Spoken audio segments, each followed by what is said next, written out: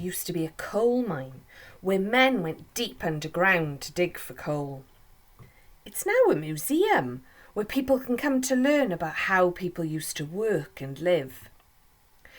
Men who worked in coal mines were called miners or colliers.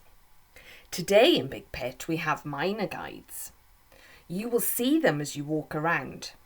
They wear orange overalls. Would you like to have worked underground? Do you think it would have been hard work? Do you think it was a dangerous job? Working underground was very dangerous. It was very dark, and the miners very often had to work in very small spaces. You can get an idea of how dark it would be by closing your eyes really tightly. Now make yourself as small as you can and try and move around on your hands and knees.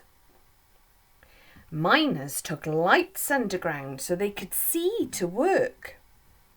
A long time ago they would have used candles or a special miner's lamp. Nowadays we have electric cap lamps.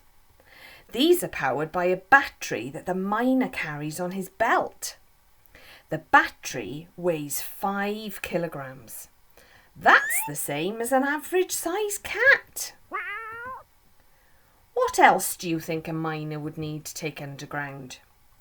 Can you guess? Have you ever used a shovel?